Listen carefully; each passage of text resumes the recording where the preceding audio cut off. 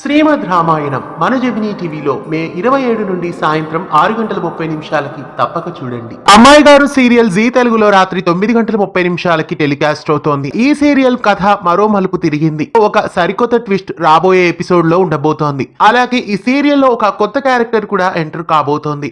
ఇంతకీ ఆ ట్విస్ట్ ఏంటి, ఆ కొత్త క్యారెక్టర్ లో రాబోతున్న నటులు ఎవరు తెలుసుకునే ముందు ఛానల్ ని కొత్తగా చూస్తున్న వాళ్ళు సబ్స్క్రైబ్ చేసి గంట కొట్టేయండి. అమ్మాయి గారు సీరియల్ ప్రతిరోజు జీ తెలుగులో చక్కటి కథనాలతో ప్రేక్షకులని ఆకట్టుకుంటోంది. ఈ సీరియల్ కథ ప్రస్తుతం మరో మలుపు తిరిగింది. ముత్యాలు కొడుకు రాజుకి ఎలాగైతే పెళ్లి సంబంధాన్ని తీసుకొచ్చిందో అలాగే సూర్యప్రతాప్ కూడా కూతురు రూపకి పెళ్లి సంబంధాన్ని తీసుకురాబోతున్నాడు. కథలో టైంపాస్ పెళ్లి కూతురు ఒకరు వచ్చినట్లు టైంపాస్ పెళ్లి కొడుకు కూడా మరొకరు కథలో ఎంట్రీ ఇవ్వబోతున్నారు.